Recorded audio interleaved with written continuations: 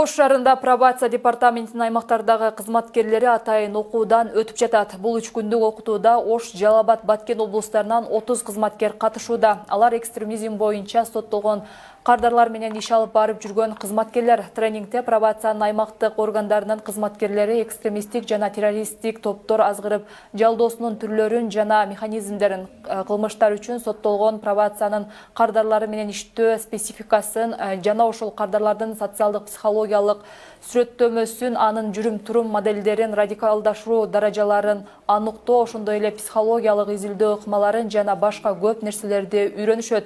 Бүгүнкү күндө экстремисттик мүнөздөгү анча оор эмес иштер боюнча соттолгон 138 жаран пробация органдарында каттоодо турат. Жакшы тажрыйбалуу адистерди алып келдик. Чогуу биз менен алар ошо тренерлер деп аталат. Тренерлер биздин кызматкерлер менен иштеп жатышат.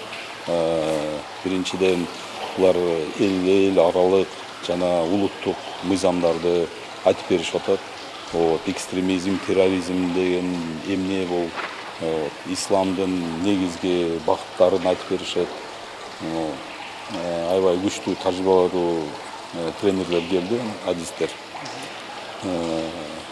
Бизде эми мындай практика биринчи болуп атат.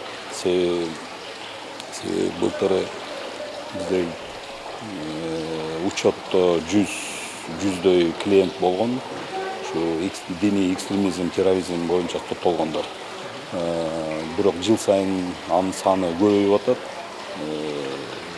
Былтыры 2020-жылы 150-160га чыгып калган ошо клиенттин саны.